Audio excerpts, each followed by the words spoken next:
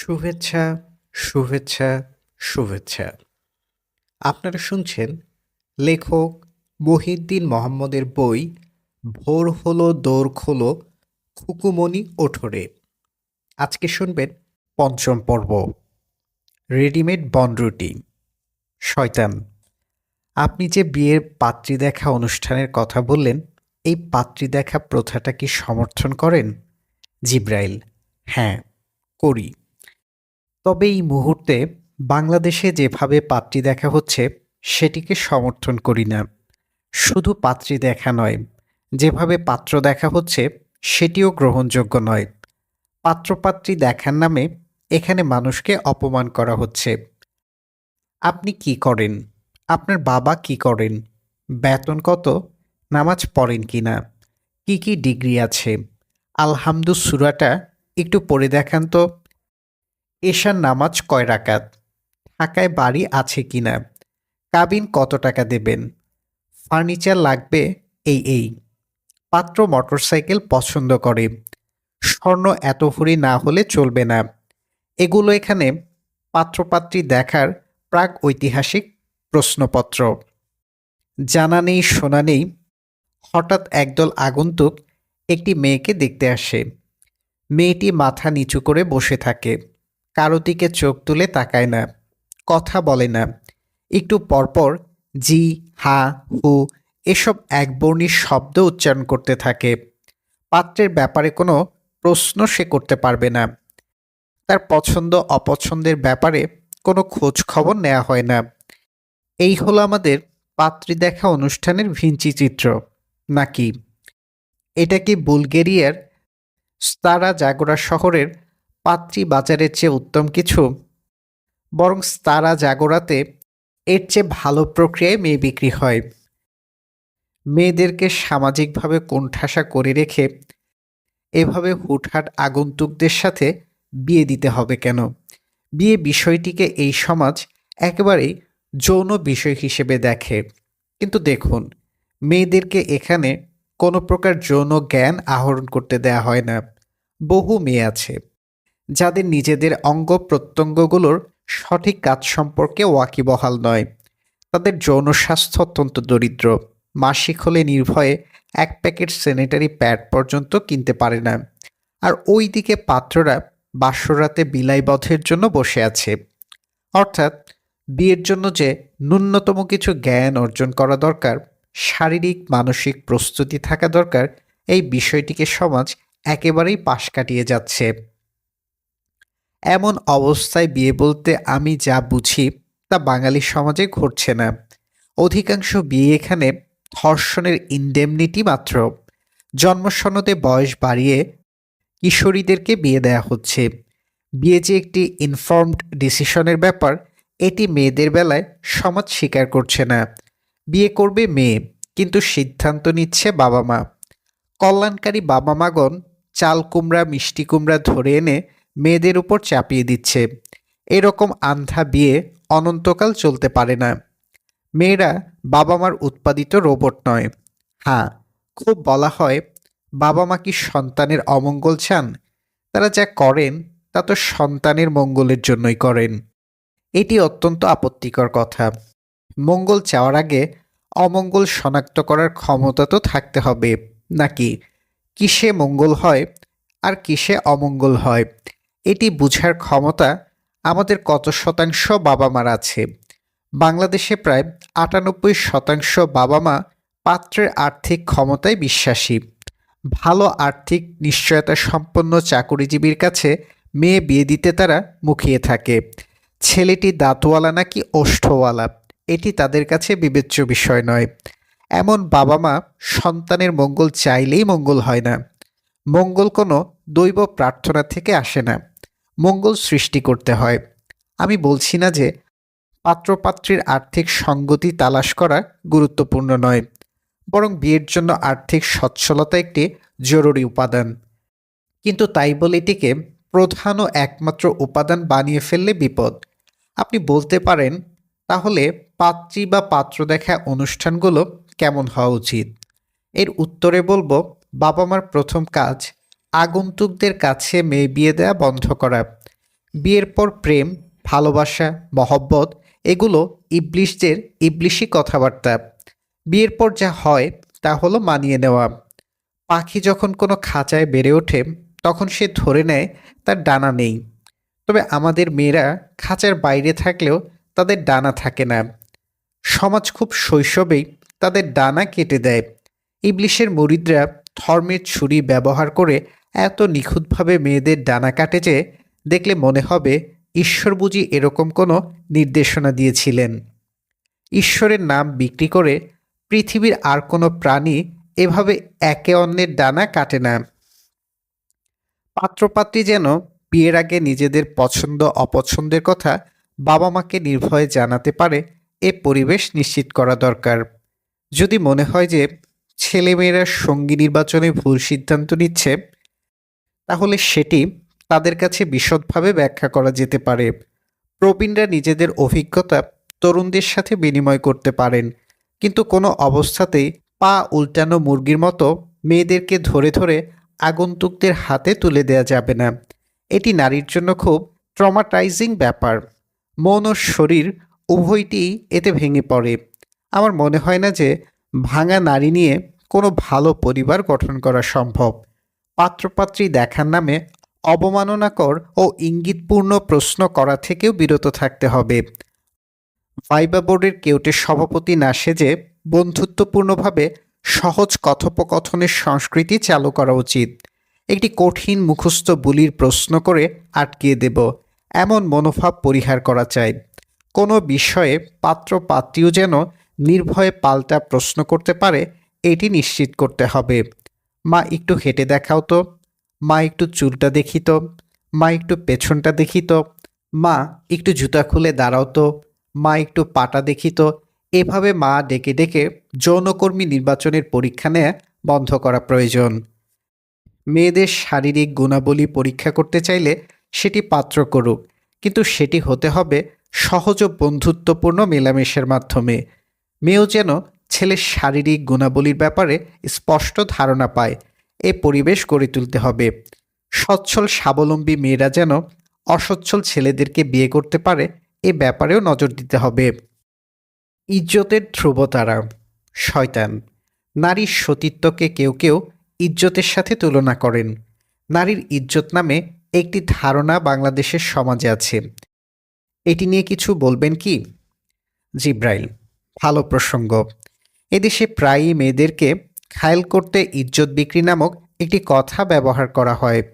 আমি ভেবে পাই না কোনো মানুষ তার ইজ্জত কিভাবে বিক্রি করতে পারে। কেউ তার পছন্দের সঙ্গীর সাথে একবেলা সময় কাটিয়েছে, এতে তার ইজ্জত বিক্রি হয়ে গেল? আমার মনে হয় না এদেশের মানুষ ইজ্জত সম্পর্কে সঠিক ধারণা রাখে। তারা মনে করে ইজ্জত একটি মেইলি বস্তু এবং এটি মেয়েদের কিছু অঙ্গের সাথে আঠার মতো লেগে থাকে। পুরুষদের ইজ্জত আছে কিনা বা থাকলে তার রূপ কি, এ নিয়ে সমাজের কোনো উদ্বেগ আমার নজরে পড়েনি। যাত্রাবাড়িতে একটি হাফিজিয়া মাদ্রাসায় দীর্ঘদিন ধরে ধর্মজীবী শিক্ষকরা শিশুদেরকে বলৎকার করে আসছিলেন। সম্প্রতি তাদের কয়েকজনকে হাতে নাতে ধরে অভিভাবকগণ গণপিটুনি দিয়েছেন এবং প্রায় 400 ছাত্রকে তারা বাড়ি ফিরিয়ে নিয়ে গেছেন। আমি সমাজকে কখনো বলতে শুনিনি ওই পুরুষ শিক্ষকরা ঢাকায় গিয়ে নিজেদের ইজ্জত বিক্রি করেছে। কিন্তু গার্মেন্টস কর্মী বা অন্য নারী কর্মজীবীদের বেলায় সমাজ খুব সহজেই এমন কথা বলছে। ইজ্জত শব্দটির এই যে একটি জেন্ডার বায়াসড স্টিগমাটাইজেশন এ অঞ্চলে ঘটল, এর মূল কারণ কি? আমি বেশি বুদ্ধি খাটাতে বলবো না, অল্প বুদ্ধি খাটালেই বুঝতে পারার কথা যে এদেশে কোনো মেয়ে একা একা শহরে থাকছে, বিদেশ ভুঁয়ে পড়ছে, চাকরি বাকরি করছে, বিশ্ববিদ্যালয়ে যাচ্ছে, মূলত এই ব্যাপারগুলোকেই কিছু মানুষ ইজ্জত বিক্রি হিসেবে প্রচার করছে। সমাজের অন্য বাসিন্দারাও তা মেনে নিচ্ছে। আমার গ্রামের একটি মেয়ে দুবাই থাকে। আমি জেনেছি মেয়েটি ওখানে বেশ ভালো পরিবেশে আছে, মোটামুটি ভালো বেতন পাচ্ছে, আনন্দে জীবনযাপন করছে এবং নিয়মিত বাড়িতে অর্থকড়ি পাঠাচ্ছে।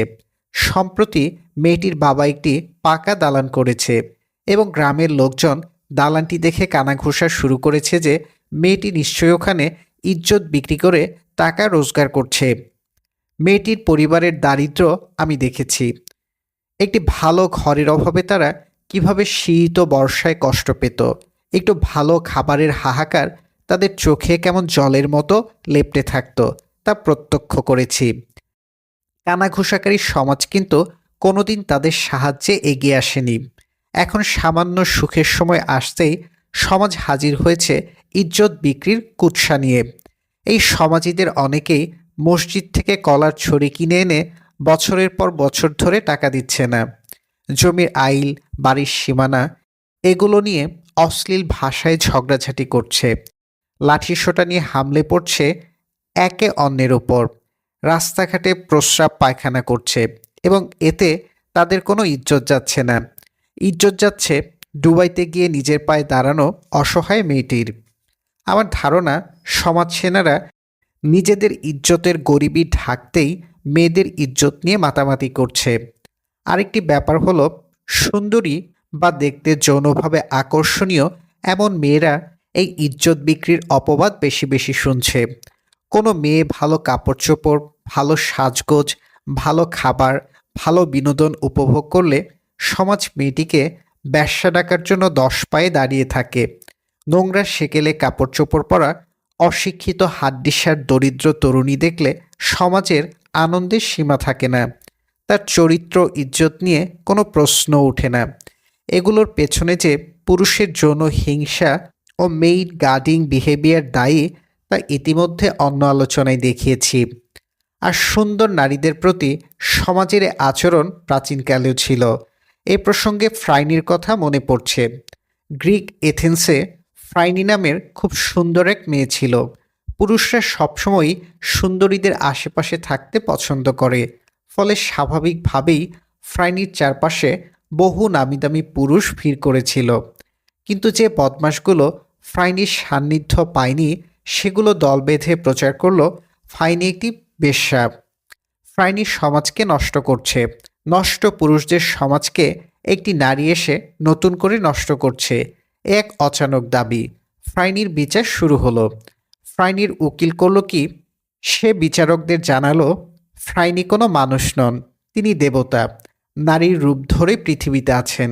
বিচারকরা বললেন, ঠিক আছে, যদি প্রমাণ করতে পারেন যে ফ্রাইনি দেবতা, তাহলে তাকে খালাস দিয়ে দেব। কোনো দেবদেবীকে মৃত্যুদণ্ড দেওয়ার ক্ষমতা ও সাহস আমাদের নেই। উকিল ভরা মজলিসে টান দিয়ে ফ্রাইনির শরীর থেকে কাপড় সরিয়ে ফেলল। ফ্রাইনি নগ্ন বুকের দিকে চেয়ে বিচারকরা চিৎকার দিল, মানুষ এত সুন্দর হতে পারে না, মানুষ এত সুন্দর হতে পারে না, ফ্রাইনি নিশ্চয়ই দেবতা। তো এই হলো সমাজের অবস্থা। আমি এগুলো নিয়ে কথা বলতে চাই না, কিন্তু চারপাশে এত ঘটনা ঘটে যে চুপ করে থাকা কঠিন। চতুর্থ লিফলেট, জাতীয় গিনিপিগ কারিকুলাম। পৃথিবী ভরে উঠেছে ছাত্রে, যদিও বলা হয় তারা শিক্ষার্থী। তবে তারা কি শিখছে, কেন শিখছে, কাদের কাছে শিখছে তা স্পষ্ট নয়। তারা দল বেঁধে স্কুল বিশ্ববিদ্যালয়ে যাচ্ছে, মাদ্রাসায় ঘুরছে, সিলেবাস অনুসরণ করছে। কিন্তু কারা কি উদ্দেশ্যে ভবনগুলো বানালো, কিসের ভিত্তিতে প্রণীত হলো সিলেবাস, এ নিয়ে ছাত্ররা প্রশ্ন তুলছে না। সম্ভবত কোনো বিষয়ে প্রশ্ন তোলার প্রশিক্ষণ তাদেরকে দেওয়া হয় না। ছাত্রদের কাজ হলো কেবল অনুসরণ করা। সিলেবাস যা বলবে তা ঠিকঠাক পালন করার নামই এখানে ছাত্রত্ব। কারো ছাত্রত্ব চলে গেলে এর অর্থ হলো মানুষটি সিলেবাস থেকে মুক্তি লাভ করেছে। ছাত্ররা যেন শিক্ষার্থী হতে না পারে, এ ব্যাপারে সিলেবাসগুলো সতর্ক দৃষ্টি রাখছে। সিলেবাসের জন্ম কারিকুলাম থেকে। কারিকুলাম কি? কারিকুলাম এক প্রকার খামার, যেখানে মানুষের ছানাকে গিনিপিগে পরিণত করার মেশিনারি কার্যক্রম সম্পাদন করা হয়। একটি গিনিপিগের ওজন প্রায় 1.25 কেজি। সে হিসেবে আমাদের শিশুরা যখন স্কুলে ভর্তি হয়, তখন তাদের ওজন থাকে 20টি গিনিপিগের সমান। একজন প্রাপ্তবয়স্ক মানব পশুর কাছে এ ওজন গুরুত্বপূর্ণ কিছু নয়। চাইলেই সে 6 বছরের কোনো শিশুকে বড় গিনিপিগ হিসেবে বিবেচনা করতে পারে এবং 2 দিন পর পর প্রণয়ন করতে পারে জাতীয় গিনিপিগ কারিকুলাম। সম্প্রতি এরকম একটি কারিকুলামের খসড়া আমার হাতে এসেছে। খসড়াটি পড়তে গিয়ে পরিশ্রম হয়েছে বিস্তর। পরিশ্রমের ফল মিষ্টি হয় এমনটিই জানতাম, কিন্তু ১০৭ মাইল লম্বা এই কারিকুলাম পড়ে পচা পান্তা ছাড়া কিছু পাইনি। খসড়াটিতে আঁকা হয়েছে কিভাবে প্রথম থেকে দশম শ্রেণী পর্যন্ত গিনিপিগদের পাঠদান করা হবে এ চিত্র। পাঠগুলো খেয়ে ২০ কেজির গিনিপিগ ৬০ কেজি হবে এমন স্বপ্ন কারিকুলিপি লাইনে লাইনে আঁকা। এই আঁকিবুকি কারা করেছে তার কোনো নামধাম ওখানে নেই, তবে এক জায়গায় তাদের পরিচয় আছে এভাবে: মহোদয়গণের প্রত্যক্ষ নির্দেশনায় ও অন্যান্য নীতি নির্ধারকদের পরামর্শে ১৫টির বেশি কারিগরি কর্মশালা, ৩০টির অধিক ভার্চুয়াল সভার মাধ্যমে ৩৩টি সংস্থার ২৪ ধরনের মোট ১৫৬ জন বিশেষজ্ঞের সরাসরি অংশগ্রহণে এই শিক্ষাক্রম রূপরেখার খসড়াটি প্রণয়ন করা হয়। বুঝতেই পারছেন বেশ তুলকালাম কাণ্ডের পর রচিত হয়েছে এ খসড়া। জঙ্গলের সব প্রাণী এক হয়েছে কিভাবে প্রতিষ্ঠা করা যায় আদর্শ গিনিপিগ খামার। গণ্যমান্যরা প্রস্তাব করেছেন গিনিপিগদেরকে আর ৩টি আলাদা খামারে রাখা যাবে না, তাদেরকে রাখতে হবে একটি অভিন্ন খামারে। এ খামারে তারা খাবে: ক, প্রাথমিকে ৮ প্রকার ভুসি; খ, মাধ্যমিকে ১০ প্রকার ডাল। প্রাথমিকে আগে ৬ প্রকার ভুসি দেয়া হতো, কিন্তু ফলন ভালো না হয় এবার গণ্যমান্যরা আরও ২ প্রকার ভুসি যোগ করেছেন। একটির নাম ভালো থাকা, আরেকটির নাম শিল্প সংস্কৃতি। মাধ্যমিকের গিনিপিগরা আগে ডালের সাথে কিছু গাজর পেত, তবে এখন গাজরের রেশন বন্ধ করার প্রস্তাব করা হয়েছে। মহোদয়রা কোথায় যেন শুনেছেন গাজর খেলে গিনিপিগরা দুধ কম দেয়, তাই গাজর আর তারা গিনিপিগদের খাওয়াবেন না। অথচ গিনিপিগেরা হার্বিভোর প্রাণী। একটি নির্দিষ্ট বয়সে গাজরই তাদের প্রিয় খাদ্য। ভুসি, ডাল ও মাংস তাদের খাদ্য নয়, কিন্তু রাখাল গাধা হলে যা হয়, গরুকেও তখন মাংস খেতে হয়। নবম শ্রেণীতে গিনিপিগরা পদার্থবিজ্ঞান, রসায়ন, জীববিজ্ঞান, ইতিহাস, ভূগোল, অর্থনীতি, পৌরনীতি, হিসাব বিজ্ঞান এই গাজরগুলো আর খেতে পারবে না। এতদিন তারা আশায় আশায় ছিল ৩টি ভিন্ন খামারে না থেকে একই খামারে তারা থাকবে, কিন্তু খাবার পছন্দ করবে নিজেদের মতো। কম্পালসরি বা আবশ্যক খাবার হিসেবে তারা খাবে বাংলা, ইংরেজি, ছোট গণিত, কৃষিবিজ্ঞান এই খাবারগুলো। আর ইলেকটিভ বা ভালোবাসার খাবার হিসেবে খাবে পদার্থবিজ্ঞান, রসায়ন, জীববিজ্ঞান, পরগণিত, পৌরনীতি, ইতিহাস, ভূগোল, হিসাব বিজ্ঞান এগুলো। পাকিস্তান আমলেও গিনিপিগদেরকে এভাবেই খাবার দেয়া হতো, সারা পৃথিবীতেও এভাবেই দেয়া হয়। কিন্তু কি মতলবে খাবারের মান ভালো না করে আরও খারাপ করা হলো তা বুঝে আসছে না। সম্ভবত গণ্যমান্যরা কয়েক বছর পর আরেকটি নতুন কারিকুলাম প্রস্তাব করবেন এবং হাতিয়ে নেবেন মোটা অঙ্কের টাকা। তারা জানেন এ কারিকুলাম কয়েক বছরের বেশি টিকবে না, কিছুদিন পরই ধরা পড়তে থাকবে এর ব্যর্থতা এবং চারদিক থেকে উচ্চারিত হবে নতুন কারিকুলাম চাই। মহোদয়রা এটাই চান, যত বেশি কারিকুলাম তত বেশি টাকা। গিনিপিগেরা যে দুধ দেয় তা বেচে এত টাকা পাওয়া সম্ভব নয়। অ্যান্ডারসন তার এক গবেষণাপত্রে জানিয়েছিলেন প্রতিটি গিনিপিগ দিনে ২১ গ্রামের মতো দুধ দেয়। এত অল্প দুধ বেচে কি কপালে সাঁটানো যাবে স্বর্ণ স্টিকার? যাবে না। এজন্য তাদের দরকার বারবার কারিকুলাম প্রণয়নের প্রজেক্ট খোলা।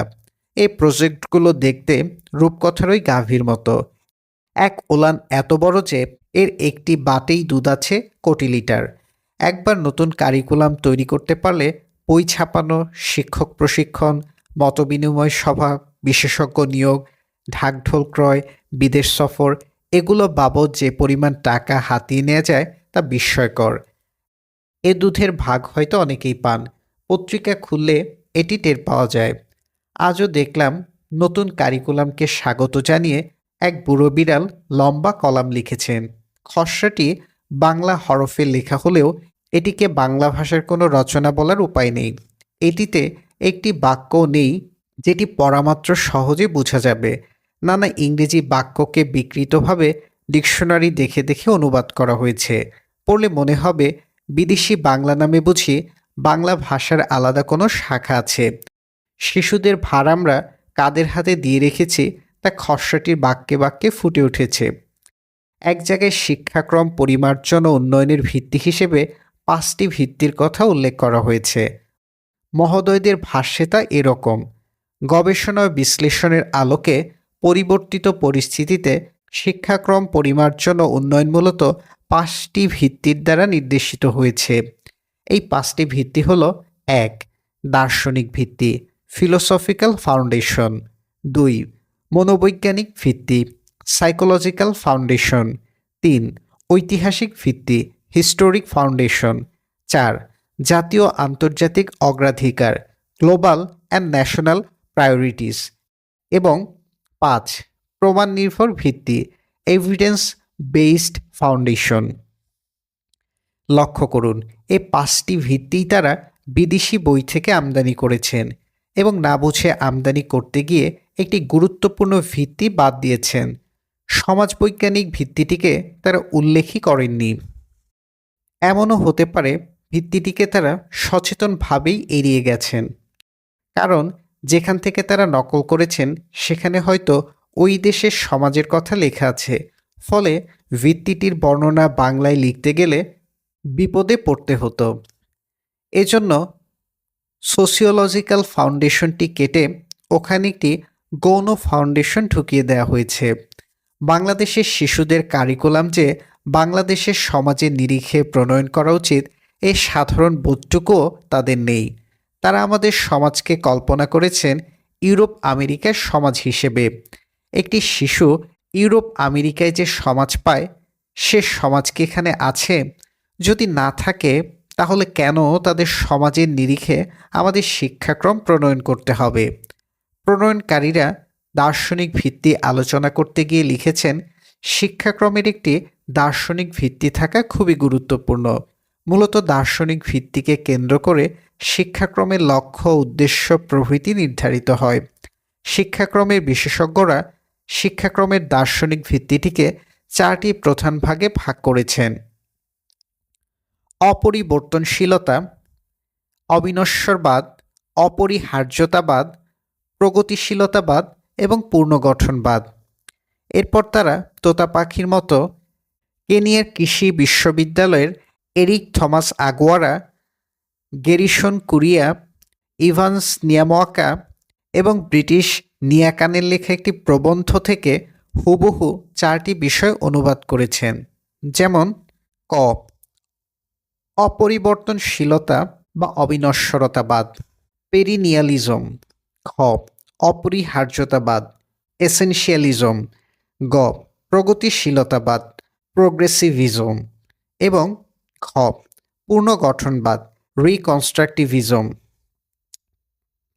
কৃষি বিশ্ববিদ্যালয়ের পণ্ডিতেরা লিখেছেন, perennialism: here the focus in curriculum is classical subjects, literary analysis and considered curriculum as constant.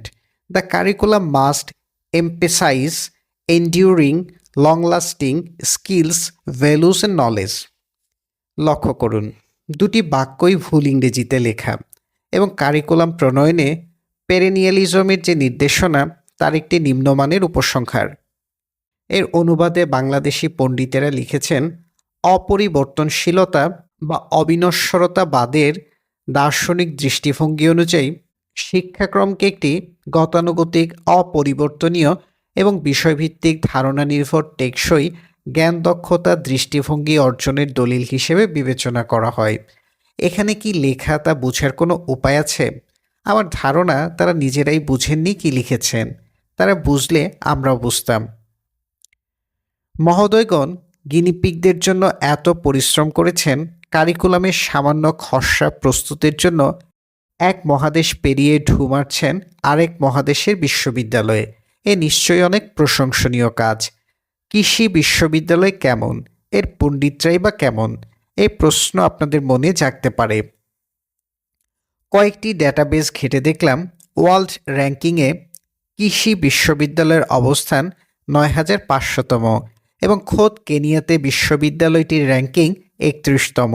এই পরিসংখ্যান থেকে আন্দাজ করা যেতে পারে ইন্টারনেট ঘেঁটে আমাদের পণ্ডিতরা কেমন মানের পণ্ডিতদের কাছ থেকে জ্ঞান আহরণ করছেন। এজন্য হয়তো সৃষ্টি হয়েছে বাগধারা, রতনে রতন চিনে শিয়ালে চিনে কচু। তবে এটি কোনো বিষয় নয়, খারাপ র্যাঙ্কিংয়ের বিশ্ববিদ্যালয় থেকেও ভালো মানের গবেষণাপত্র বের হতে পারে। কিন্তু আমি কৃষি বিশ্ববিদ্যালয় প্রবন্ধটি পড়ে দেখেছি, এটি একেবারেই নিম্নমানের তথ্য সরবরাহকারী ভুইফোর আর্টিকেল মাত্র। ঢাকা বিশ্ববিদ্যালয়ে একটি দর্শন বিভাগ আছে। ডক্টর গোবিন্দ চন্দ্রদেবের মতো শিক্ষক এই বিভাগে একসময় ছিলেন। এখন কি জ্ঞান গরিমা এটি এতই দরিদ্র হয়ে গেল যে শিক্ষাক্রমের দার্শনিক ভিত্তি খোঁজার জন্য বাংলাদেশকে দৌড়তে হচ্ছে কেনিয়ার কৃষি বিশ্ববিদ্যালয়। ঢাকা বিশ্ববিদ্যালয় কি কেনিয়ার কৃষি বিশ্ববিদ্যালয়ের চেয়েও খারাপ বিশ্ববিদ্যালয়? আমাদের শিক্ষা ও গবেষণা ইনস্টিটিউটটি কি বন্ধ করে দেয়া হয়েছে? কৃষি বিশ্ববিদ্যালয়ের বিদ্বানরা লিখেছেন, এসেনশিয়ালিজম, here the essential skill of the 3R and essential subject of English, Science, History, Mathematics and Foreign Language is the focus of the curriculum. এর অনুবাদ হিসেবে আমাদের বিদ্বানেরা লিখেছেন, অপরদিকে অপরিহার্যতাবাদ এই দার্শনিক দৃষ্টিভঙ্গি অনুযায়ী শিক্ষাক্রমের দার্শনিক উদ্দেশ্য হল শিক্ষার্থীর ভাষা, গণিত, বিজ্ঞান, ইতিহাস এবং বিদেশি ভাষার শিক্ষা লিখনের মাধ্যমে সাক্ষরতা অর্জন করানো। এখানে 3Rকে তারা সাক্ষরতা বলে চালিয়ে দিয়েছেন। রিডিং, রাইটিং, রিদমেটিক, এই 3টি আর আমাদের মহোদয়গণের কাছে কেবলই সাক্ষরতা। এ সাক্ষরতাই নাকি এসেনশিয়ালিজম। সুবোধের কাজ যখন নির্বোধের কাঁধে গিয়ে পড়ে তখন এ বিপত্তি দেখা দেয়। যে বিষয়ে যার জ্ঞান নেই সে ওই বিষয়ে অন্যের লেখা নকল করতে গেলেও ঝামেলা তৈরি হয়। কারিকুলাম প্রণয়নের মতো একটি গুরুত্বপূর্ণ বিষয় এমন আনাড়ি মানুষদের হাতে কারা ছেড়ে দিল? হাড়ির সব ভাত টিপে দেখা তো সম্ভব নয়। এই জন্য আমি শুধু একটি সাইটেশনেই টিপ দিলাম, বাকিগুলোতে টিপ দিলেও এরকমই পুঁজ বের হবে। খসড়াটির আনাচে কানাচে লুকিয়ে আছে অসংখ্য ফোড়া ও দারিদ্র্য। এগুলো আলোচনা করতে গেলে ধৈর্যহারা হয়ে মৃত্যুবরণ করব। সামান্য আলোচনা করেছি যেন আপনারা বুঝতে পারেন কী ধরনের লোকেরা শিশুদের জন্য কারিকুলাম প্রস্তুত করছে। নিশ্চয়ই বহু নামকরা লোক এই প্রকল্পে যুক্ত ছিলেন, যাদের বিদ্যার উপর রাষ্ট্রের আস্থার কমতি নেই। তাদের ভেতরের অসারতাটুকু দেখিয়ে না দিলে আমাদের আলোচনা অর্থহীন মনে হবে। তারা ধরেই নিয়েছেন খসড়াটি যাদের জন্য তৈরি তারা এটি না পড়েই অনুমোদন দেবেন, পড়লেও বুঝবে না। ক্যাবিনেটে কি একজনও মন্ত্রী নেই যিনি এই সাইটেশনটি বোঝার ক্ষমতা রাখেন? নাকি কোনো মন্ত্রী খসড়াটি পড়ে দেখেননি? না পড়ে না বুঝেই কি তারা সব কিছু অনুমোদন দেন? বিশ্বমানের কারিকুলাম প্রণয়নের জন্য দরকার বিশ্বমানের মন্ত্রী। মন্ত্রীদের পড়াশোনার অভ্যাস থাকতে হবে। কোথায় কি লেখা আছে তা পড়ে বুঝার চেষ্টা করতে হবে। না বুঝলে বিশ্বস্ত কারো সাহায্য নিতে হবে। অন্যথায় ভাড়াটে লোকেরা যা লিখে আনবে তাতেই সই করতে হবে এবং ওই সইগুলো ছুরিকা হয়ে গলা কাটতে থাকবে গিনিপিগদের। ফোনালাপ, চতুর্থ পর্ব, মেধাবী মিষ্টি কুমড়া। শয়তান। বাংলাদেশে মেধাবী ছাত্রের যে ধারণা গড়ে উঠেছে তার সাথে কি একমত পোষণ করেন? মেধাবী ছাত্র বা মেধাবী মানুষ, এই বিষয়টি একটু খোলাসা করবেন। জিব্রাইল, মেধাবী ছাত্র দিয়ে কি বোঝায় তা আমার কাছে স্পষ্ট নয়। সম্ভবত যে ছাত্র বড় হয়ে মুচি বা কাঠমিস্ত্রি হতে চায় না বা কৃষিকাজ করতে চায় না সেই মেধাবী ছাত্র। আরেকটি বিষয় হতে পারে, যে ছাত্র বুয়েট বা মেডিকেলে পড়ছে সে মেধাবী। নাকি মেধাবী ছাত্রের ধারণা তো আমাদের সমাজে এভাবেই নির্মিত হয়েছে। কোনো শিশু যখন হাতিঘোড়ার নাম বাংলার বদলে ইংরেজিতে বলতে শুরু করে, কয়েকটি ছড়া ও দু একটি সূরা মুখস্থ বলতে পারে বা নানা আজে বাজে তথ্য মগজে ধারণ করতে শেখে, তখন তাকেও আমরা মেধাবী বলি। ঘোষণা দিই শিশুটির ভবিষ্যৎ উজ্জ্বল। এ ঔজ্জ্বল্য সূর্য বা বাতির আলো নয়, জ্ঞান বা প্রজ্ঞার প্রখরতাও নয়। এটি হলো ভবিষ্যতে শিশুটির আয় রোজগারের ক্ষমতা। অর্থাৎ অন্যভাবে বললে, যে ছাত্র বড় হয়ে কম পরিশ্রমে অধিক অর্থ আয় করতে পারবে সেই মেধাবী ছাত্র। একজন কৃষককে কি সমাজ মেধাবী বলে? মেধাবী কৃষক, মেধাবী খামারি, মেধাবী শ্রমিক, মেধাবী দোকানদার, এমন কথা কি কোথাও শুনতে পাই? পাই না। এর কারণ মেধা শব্দটি এখানে ছিনতাই হয়ে গেছে। অরওয়েলের অ্যানিমেল ফার্মে কিছু প্রাণী আছে যারা ঘোষণা করে আমরা ছাড়া আর কেউ আপেল খেতে পারবে না। জানেন তো, এই আপেল খেকো প্রাণী মানুষদের সমাজেও আছে। পৃথিবীর সব শ্রেষ্ঠ খাবার তাদের জন্য। অন্যরা খাবে ছাতু, গম, খুদকুড়ো। যারা খুদকুড়োর শ্রেণীতে পড়ে গেছে তারা মেধাবী নয়। মার্কসকে আমরা মেধাবী বলি, কিন্তু মার্কস যাদের জন্যই মোটা বইটি লিখে গেছেন তাদেরকে কি মেধাবী বলি? বলি না। শুধু বেছে বেছে শিক্ষিত অর্থাৎ ইনডক্ট্রিনেটেড লোকজনকে মেধাবী বলা হচ্ছে। আমরা আপেল খাবো কারণ আমরা ব্রেইন ওয়ার্ক করি, এই স্লোগান সমাজ থেকে বিলুপ্ত হয়নি। জেস মিল 3 বছর বয়সে গ্রিক শিখেছিলেন। 8 বছর বয়সে জেনোফেনের অ্যানাবাসিস এবং হেরোডোটাসের সমস্ত রচনা পড়ে শেষ করেছিলেন। একই বয়সে ল্যাটিন শিখে তিনি ইউক্লিডের মূল রচনাবলী পড়েছিলেন। 10 বছর বয়সে প্লেটোর 6 ডায়ালগ সহ পুরো ডেমোস্থিনিস আত্মস্থ করেছিলেন। ইতিহাস ও আলজেব্রায় সে সময়ই তার অসাধারণ দখল ছিল। 12 বছর বয়সে স্কলাস্টিক লজিক ও অ্যারিস্টটলিয়ান লজিক মূল ভাষায় স্টাডি করা আরম্ভ করেছিলেন এবং 13 বছর বয়সে বাবার সাথে অ্যাডাম স্মিথ ও রিকার্ডো পড়ে শেষ করেছিলেন। এরকম শিশু নিশ্চয়ই মেধাবী, কিন্তু আমাদের শিশুরা কি জেমস মিলের মতো বাবা পাচ্ছে? স্টুয়ার্ট মিল যদি জেমস মিলের ঘরে না জন্মে ঢাকার কোনো আলাউদ্দিনের ঘরে জন্মাতেন তাহলে কি ঘটত? আলাউদ্দিন তাকে কোনো একটা স্কুলে ভর্তি করে দিয়ে দায় সারতেন এবং মাঝে মধ্যে গ্রেডশিট দেখে বাচ্চাটিকে বকাঝকা করতেন। আলাউদ্দিনের কাছে ভালো গ্রেডই সব। যার গ্রেড ভালো নয় সে মেধাবী নয়।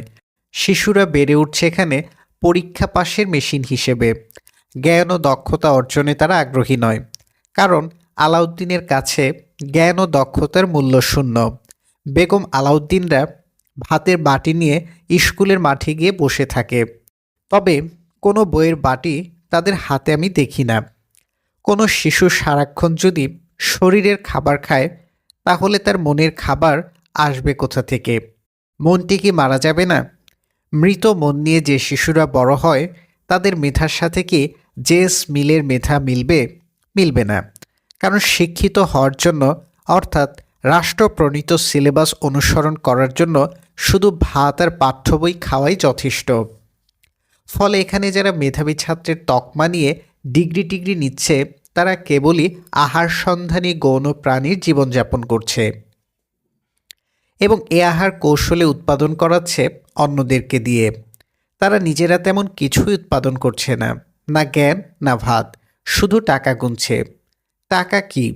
টাকা হলো অন্যের উৎপাদিত ফসল কেড়ে নেয়ার অস্ত্র, মাস শেষে একটি নিশ্চিত বেতন। এইটি বাঙালি মেধাবী ছাত্রের প্রধান লক্ষ্য। বিশ্ববিদ্যালয়গুলোর ভর্তি পরীক্ষার দিকে তাকালে এটি স্পষ্টভাবে ধরা পড়ে। পছন্দের বিষয় বা সাবজেক্ট নির্বাচন করার আগে তারা খোঁজখবর নিচ্ছে কী নিয়ে পড়লে পাশ করেই চাকরি পাওয়া যাবে, সহজেই বিদেশ যাওয়া যাবে। ফিজিক্সের চেয়ে অ্যাপ্লাইড ফিজিক্স, কেমিস্ট্রির চেয়ে অ্যাপ্লাইড কেমিস্ট্রি এখানে অধিক জনপ্রিয়। আর্টসের সাবজেক্টগুলো তো কেউ পড়তেই চাচ্ছে না। আর্টস নাকি কম মেধাবীদের ফ্যাকাল্টি। কত বড় আহাম্মক সমাজ! এমন রয়্যাল বেঙ্গল মেধাবী ছাত্র আপনি কোন জঙ্গলে পাবেন? আমি জীবিকা উপার্জনকে নিরুৎসাহিত করছি না, কিন্তু জীবিকাকে মেধা দ্বারা গ্লোরিফাই করার যে প্রবণতা সেটি ঠিক হচ্ছে না। প্রতিভাবান শ্রমিক শয়তান। তার মানে আমাদের দেশে যারা বিভিন্ন পরীক্ষায় ভালো ফল করে বা রাত দিন পড়াশোনা করে তারা মেধাবী নয়? জিব্রাইল। একটি খারাপ সিস্টেমে ভালো ফল করা আর একটি ভালো সিস্টেমে ভালো ফল করা এ দুটি এক জিনিস নয়। আমাদের এখানে যে শিক্ষা ব্যবস্থা চালু আছে সেটিকে কি কোনো মানদণ্ডে ভালো বলা চলে? এখানে ছাত্রদের অ্যাক্টিভিটি কি?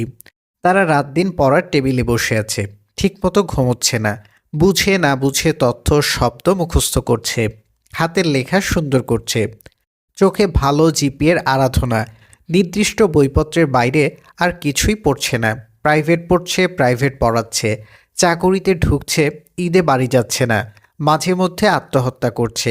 এই তো। আপনার প্রশ্ন হলো, এই অপসিস্টেমের ভেতর থেকে যারা ভালো ফলাফল করছে তাদেরকে মেধাবী বলা যাবে কিনা? দেখুন, কিছু ব্যতিক্রম বাদে গড়ের সব মানুষই মেধাবী। পর্যাপ্ত প্রশিক্ষণ দিলে যে কোনো সম্পাদনযোগ্য কাজ তারা করতে পারে।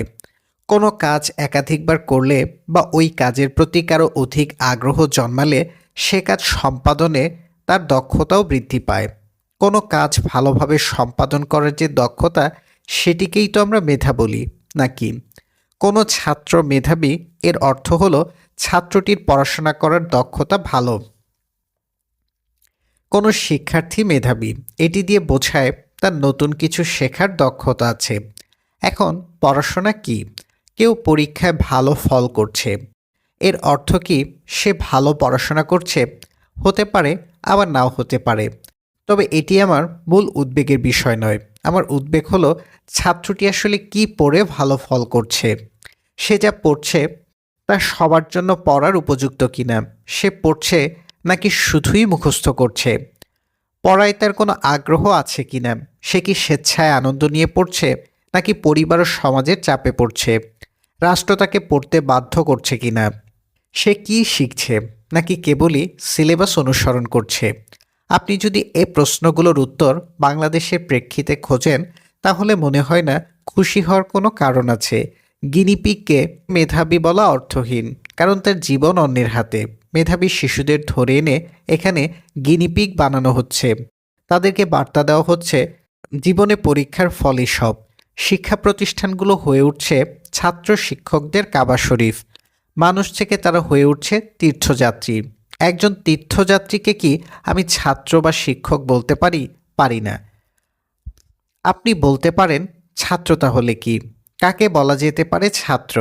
ছাত্র হলো এমন প্রাণী যে শিখতে চায়, যাকে একটি সিস্টেমের ভেতর ধরে এনে জোর করে কিছু জিনিস শেখানো হয়, সে ছাত্র নয়।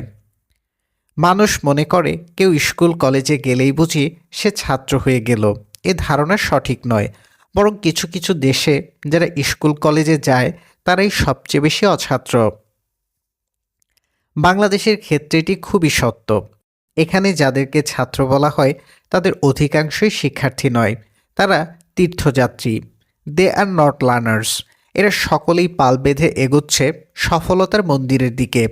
একাডেমিক পরীক্ষা তো বটেই, চাকুরির পরীক্ষার ফলকেও এখানে প্রচার করা হচ্ছে সফলতার চূড়ান্ত হিসেবে।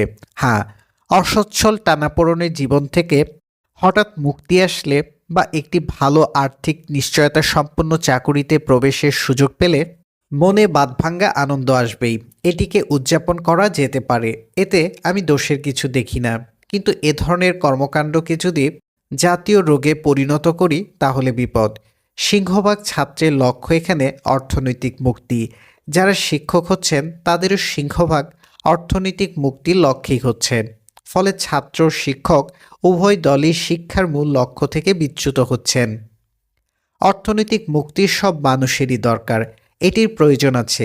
কিন্তু একটি রাষ্ট্রের সব মানুষই যদি গণহারে অর্থনৈতিক মুক্তির পেছনে ছোটে, তাহলে সেটি রাষ্ট্র জাতির জন্য শুভ নয়। কোনো সমাজে কেবলই অর্থবিত্তের প্রতিযোগিতা থাকলে সে সমাজ মেদবহুল ও একঘেয়ে হয়ে ওঠে। প্রতিযোগিতার বৈচিত্র্য থাকতে হয়। শিক্ষার একটি বড় লক্ষ্য হওয়া উচিত সমাজে প্রতিযোগিতার বৈচিত্র্য নিশ্চিত করা। কেউ অর্থের জন্য প্রতিযোগিতা করবে, কেউ করবে অনর্থের জন্য। যারা অনর্থের জন্য প্রতিযোগিতা করেন তাদের কি আমাদের সমাজে মেধাবী বলা হয়? হয় না। এক্ষেত্রে রাষ্ট্রের আচরণ লক্ষণীয়। রাষ্ট্র এখানে এত বেশি অর্থনৈতিক বৈষম্য জিয়ে রেখেছে যে একজন মানুষের পক্ষে অর্থনৈতিক মুক্তি ছাড়া আর কোনো মুক্তি অর্জনের স্বপ্ন দেখা কঠিন। এবার আসি মূল প্রসঙ্গে। আমি যেটিকে প্রতিভা বলি সেটি এক অর্থে সব মানুষেরই আছে। সমস্যা হলো প্রতিভাটা কোন দিকে বিকশিত হচ্ছে এটি আমরা ধরতে পারি না।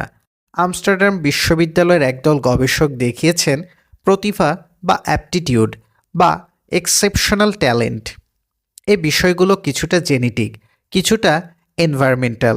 সুস্থ সবল সকল মানুষেরই মস্তিষ্কের গঠন মোটামুটি এক। উপযুক্ত পরিবেশ পেলে জ্ঞান ও শিল্পকলার যে কোনো শাখায় সে দক্ষ হয়ে উঠতে পারে, অ্যাপটিটিউড বা এক্সেপশনাল ট্যালেন্ট প্রদর্শন করতে পারে। আপনি বাখ ফ্যামিলির দিকে তাকান। বাখ পরিবারের প্রায় সবাই সঙ্গীতে পারদর্শী, খুবই ট্যালেন্টেড। কারণ এই পরিবারের শিশুরা শৈশব থেকেই বড়দের হাতে সঙ্গীতের প্রশিক্ষণ পেয়ে আসছে। এক্ষেত্রে হ্যারিট্যাবিলিটি বা বংশীয় কারণের চেয়ে পারিবারিক পরিবেশ বড় ভূমিকা পালন করেছে। ম্যালকম গ্ল্যাডওয়েল তার আউটলায়ার্স বইয়ে দাবি করেছেন, কোনো বিষয়ে এক্সপার্ট হতে বা প্রশংসাযোগ্য দক্ষতা অর্জন করতে প্রায় 10,000 ঘন্টা অনুশীলন ও সাধনা করা দরকার। 10,000 ঘন্টা সমান সমান 10 বছর। সুতরাং মোটা দাগে বলা যায়, মেধার বিকাশ ঘটাতে হলে বা কোনো বিষয়ে উৎকর্ষ সাধন করতে হলে মানুষকে নির্দিষ্ট লক্ষ্য সামনে রেখে পরিশ্রম করতে হবে, অর্থাৎ খেটে মরতে হবে। প্রশ্ন হলো, কে কোন বিষয়ে খাটবে? এক্ষেত্রে কৌতূহল, আগ্রহ, আনন্দ, পরিবেশ, পরিবার এই বিষয়গুলো সামনে চলে আসে। দস্তয়েভস্কির এক ন্যানি ছিলেন, যার নাম এলেনা, যিনি শৈশবে তাকে নিয়মিত গল্প শোনাতেন। 4 বছর বয়সে দস্তয়েভস্কির মা তাকে বাইবেল পড়তে দিয়েছিলেন। তার বাবা মা দুজনেই প্রচুর বই পড়তেন। তাদের মাধ্যমেই শৈশবে দস্তয়েভস্কির পরিচয় ঘটেছিল দেরজাবিন, কারামজিন ও পুশকিনের কবিতার সাথে, রাডক্লিফের গথিক ফিকশনের সাথে, গোগলের গল্প উপন্যাসের সাথে, শিলার ও গেটের রোমান্টিক রচনার সাথে। সারভাস্তেন, যিনি ডন কুইস্কার্ট লিখেছিলেন, তার সাথেও দস্তয়েভস্কির তখন থেকেই পরিচয়। ফলে সাহিত্যের প্রতি স্বাভাবিকভাবেই তার খুব আগ্রহ জন্মায়। যিনি অনেক পড়তে জানেন, তিনি অনেক লিখতেও জানেন। দস্তয়েভস্কি লিখতে শুরু করেছিলেন, কিন্তু একদিনেই কি দস্তয়েভস্কি মহৎ লেখক হয়ে উঠেছিলেন? লেখালেখিতে তার যে মেধা বা ট্যালেন্ট, অ্যাপটিটিউড, সেটির বিকাশ কি 1-2 বছরেই পূর্ণতা লাভ করেছিল? নিশ্চয়ই নয়। অনেক বছর খেটে মরে পরিশ্রম করে ব্যর্থ হয়ে তিনি দস্তয়েভস্কি হয়ে উঠেছিলেন। অনেকদিন ইংরেজি ও ফরাসি সাহিত্য, বিশেষ করে বালজাকের লেখা অনুবাদ করার পর তার লেখার হাতেখড়ি হয়েছিল। আপনি বলতে পারেন, পরিশ্রমী কি সব? পরিশ্রম তো অনেক লেখকই করেন, তারা সবাই কি দস্তয়েভস্কি হন? এখানে একটি কথা আছে, সব লেখকই পরিশ্রম করেন, এটি সত্য। কিন্তু সব লেখকের পরিশ্রম একই ধরনের নয়, একই পথের নয়। কেউ আজেবাজে জিনিস নিয়ে পরিশ্রম করেন, কেউ করেন উৎকৃষ্ট জিনিস নিয়ে। হুমায়ুন আহমেদ বা ইমদাদুল হক মিলনের পরিশ্রমের সাথে দস্তয়েভস্কি বা রবীন্দ্রনাথের পরিশ্রম মিলবে না। পরিশ্রমের ও বৈচিত্র্যের কারণেই শিল্পকলায় বৈচিত্র্য আসে, ভিন্নতা আসে। আমাদের এখানে লাখ লাখ ছেলে মেয়ে জিপিএ 5 জন্য পরিশ্রম করছে, বিসিএসে উত্তীর্ণ হওয়ার জন্য খেটে মরছে। কিন্তু এই পরিশ্রমে কোনো বৈচিত্র্য নেই, ভিন্নতা নেই।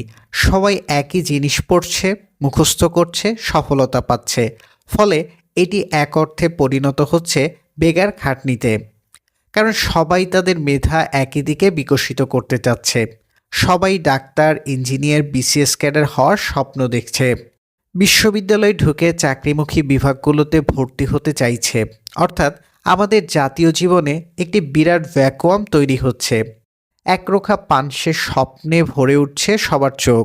যারা একটু প্রতিভাবান বা মেধাবী বা দক্ষ শিক্ষার্থী, যারা সামান্য ভিন্ন দিকে পরিশ্রম করলে বাংলাদেশ উপকৃত হতো, তারা সবাই দল বেঁধে একই নদীতে সাঁতার কাটছে। না, ভুল বলেছি, নদী নয়, ডোবা। এরা পচা এদো ডোবায় সাঁতার কাটছে। ফলাফল, মমতাজরা সংসদে ঢুকে গান গাইছে, অদক্ষ মানুষরা মন্ত্রণালয় চালাচ্ছে। আমাদের সংসদে একজন এমপিও কি আছেন যাকে বলা যেতে পারে মেধাবী এমপি, দক্ষ এমপি? মন্ত্রীদের দিকে তাকান, একজন মন্ত্রীর নামও কি বলতে পারবেন যাকে বলা যাবে মেধাবী মন্ত্রী? 10 মিনিট কথা বলে আনন্দ পাবো, এরকম মন্ত্রী কি ক্যাবিনেটে আছেন? আইন প্রণেতাদের আইন বিষয়ে তেমন গভীর পড়াশোনা নেই, এটি কল্পনা করা যায়। সচিবরা এখানে আইনের খসড়া প্রস্তুত করছে, আইনের মতো অতি গুরুত্বপূর্ণ একটি বিষয় এদেশে অবহেলিত।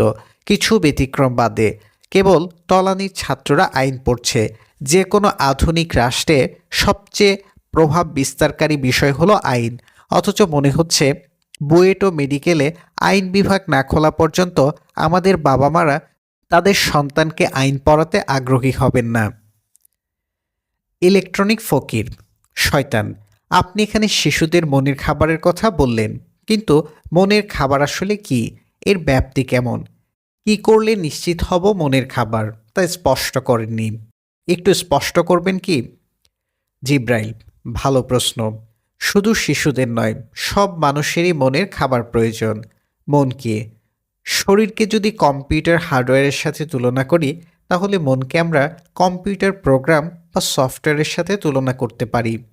কগনিটিভ সাইকোলজি কি বলে? কগনিটিভ সাইকোলজি জানায় মানুষের মগজ এক প্রকার ফিজিক্যাল মেশিন, যেটি কম্পিউটার প্রোগ্রামের মতো বিভিন্ন প্রোগ্রাম পরিচালনা করে।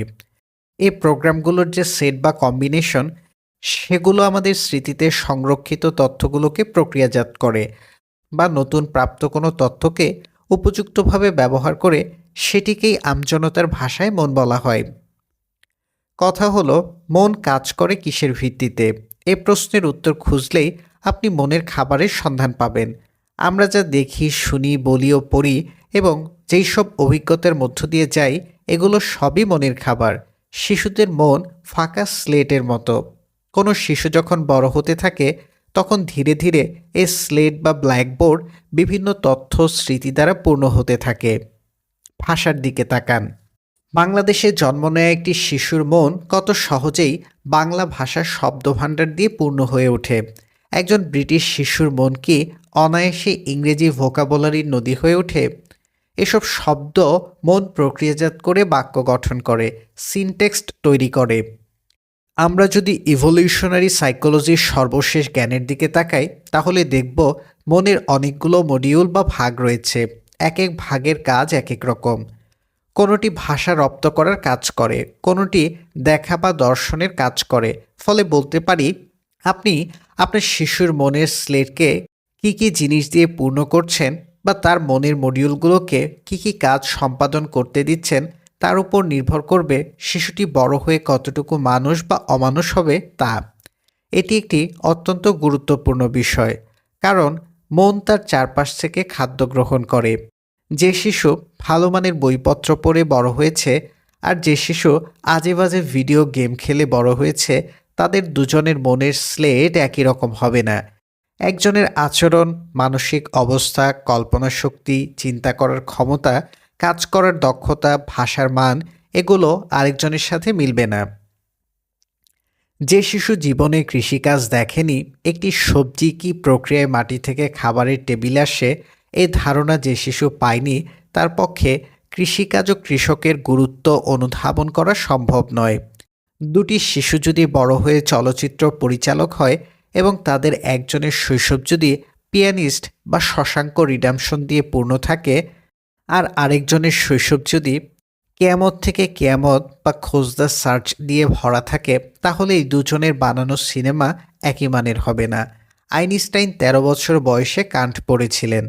মৌলানা আবুল কালাম আজাদ, যিনি অল ইন্ডিয়া কংগ্রেসের সভাপতি ছিলেন এবং স্বাধীন ভারতের প্রথম শিক্ষামন্ত্রীর দায়িত্ব পালন করেছিলেন, তিনি শৈশবেই বাবা মার কাছ থেকে ভালো পড়াশোনা পেয়েছিলেন। সুতরাং পেটের খাবার নয়, একটি শিশু বড় হয়ে কী হবে, কেমন হবে, এটি তার মনের খাবারই বেশি নির্ভর করে। পেটের খাবার অবশ্যই দরকার আছে, এটি মানুষের জ্বালানি।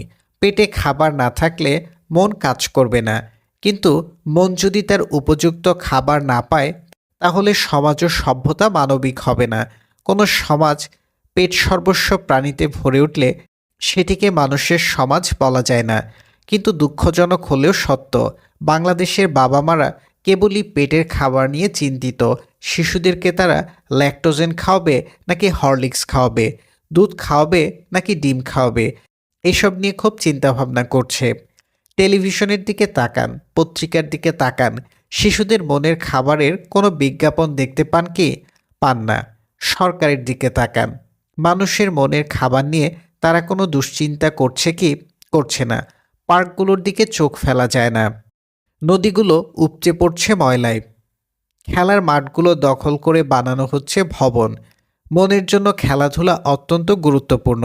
খোলা আকাশ, পরিচ্ছন্ন রাস্তাঘাট, পর্যাপ্ত সবুজ, ভালো অবসর, ভালো গ্রন্থাগার, ভয়হীন বিতর্ক, ভালো শিক্ষাক্রম, ভালো সিনেমা, ভালো সঙ্গীত, চিন্তা উদ্রেককারী বই, এগুলো কি মনের খাবার নয়? এই খাবারগুলো কি শিশুরা ঠিকমতো পাচ্ছে না। শহরের সিংহভাগ ছেলেমেয়ে সাঁতার জানে না। নগরে কোনো পুকুর ও লেক নজরে পড়ে না। একটি গাছও খুঁজে পাওয়া যাবে না যেটির নিচে শিশুরা বসে একটু আকাশের দিকে তাকাতে পারবে। রাতে তারা দেখার অবসর তো কোনো শিশুরই নেই। সবাই পাঠ্য বই আর প্রাইভেট টিউটরে মাথা গুঁজে আছে। ফলে অবধারিতভাবে শিশুরা এখানে বড় হচ্ছে এক প্রকার মানসিক দারিদ্র্য নিয়ে। তাদের শরীরে মেদভুঁড়ি বাড়ছে, কিন্তু মন শুকিয়ে কঙ্কাল হচ্ছে। এর ফলাফল সুদূর প্রসারী। মনের স্বাস্থ্য ভালো এরকম মানুষের সংখ্যা আশঙ্কাজনকভাবে কমে যাচ্ছে। মন্ত্রীদের কথাবার্তা শুনলে, স্যারবৃন্দের কর্মকাণ্ড লক্ষ্য করলে বিষয়টি স্পষ্টভাবে ধরা পড়ে। আমাদের যে সংসদ, সেখানে কি শিশুদের নিয়ে কোনো আলোচনা কোনো দিন শুনেছেন?